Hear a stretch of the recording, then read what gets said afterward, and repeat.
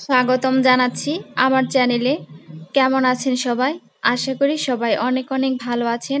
আজকে আপনাদের সাথে আরেকটা নতুন রেসিপি শেয়ার করতে চলে আসলাম। আজকের রেসিপি হচ্ছে পাট শাক ভাজি। এটা শুধু একটা মজার রেসিপিই নয়, এটা স্বাস্থ্যের জন্য অনেক উপকারী। চলুন শেয়ার করি কিভাবে বানিয়েছি আমি এই রেসিপিটা। তো এর জন্য আমি প্রথমেই চলে আসলাম পাট শাক তুলতে। পাট শাক তুলে নিয়ে আসলাম। এবার এগুলোকে আমি চিকন চিকন করে ছিঁড়ে নিচ্ছি, যাতে পাট শাকগুলো তাড়াতাড়ি রান্না হয়ে যায় আর খেতেও অনেক ভালো লাগবে। আপনারা চাইলে এটাকে ছুরি বা বটির সাহায্যেও কেটে নিতে পারেন। এবার শাক পাতাগুলো আমি ধুয়ে নিচ্ছি, এটা বেশি ধোয়ার দরকার নেই। এবার চুলায় কড়াইটা বসিয়ে দিলাম, দিয়ে দিচ্ছি তেল, দিয়ে দিলাম অল্প কালো জিরা, তাহলে সুন্দর একটা ফ্লেভার আসবে শাকে। তাছাড়া পাট শাকে সাধারণত সবাই কালো জিরাটা ইউজ করে। এবার আমি শাক পাতাগুলো দিয়ে দিলাম। অনেকেই পাট শাক খেতে পছন্দ করে না, কিন্তু এভাবে রান্না করে খেয়ে দেখবেন, আশা করি অনেক ভালো লাগবে। এবার আমি এখানে পরিমাণ মতো লবণ দিয়ে দিলাম। পাট শাক খেতে যতটা মজা, তার থেকে অনেক বেশি এটা পুষ্টিগুণে ভরপুর। পাট শাক খাওয়া স্বাস্থ্যের জন্য অনেক উপকারী।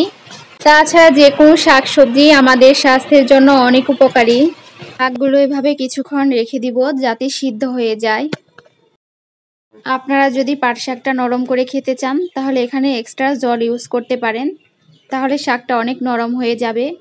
কিন্তু আমার কাছে পাট শাকটা একটু ভাজা ভাজা হলেই খেতে ভালো লাগে, তাই আমি এখানে এক্সট্রা কোনো জল ইউজ করিনি। শাকগুলো অনেকটাই ভাজা ভাজা হয়ে গেছে, তাই আমি এখানে তেল দিয়ে দিচ্ছি। আমি এখানে সরিষার তেল দিয়ে দিয়েছি, আপনারা চাইলে এখানে সয়াবিন তেলও ইউজ করতে পারেন। আর আমি কেটে রাখা পেঁয়াজ কুচিগুলো দিয়ে দিলাম, আর দিয়ে দিলাম 3টা শুকনা মরিচ। এবার আমি এগুলো কিছুক্ষণ ভেজে নিব।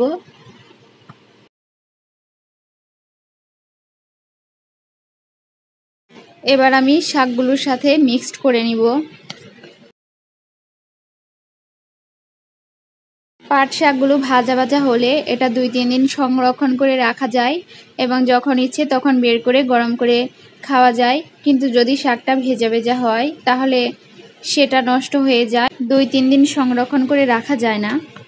তাই আপনারা যদি সংরক্ষণ করে খেতে চান তাহলে অবশ্যই শাকটা ভাজা ভাজা হতে হবে। আমার পাট শাক রান্নাটা কমপ্লিট হয়ে গেছে, এবার আমি এটা নামিয়ে রাখলাম। আমার আজকের এই রেসিপিটা আপনাদের কাছে কেমন লাগলো অবশ্যই জানাবেন।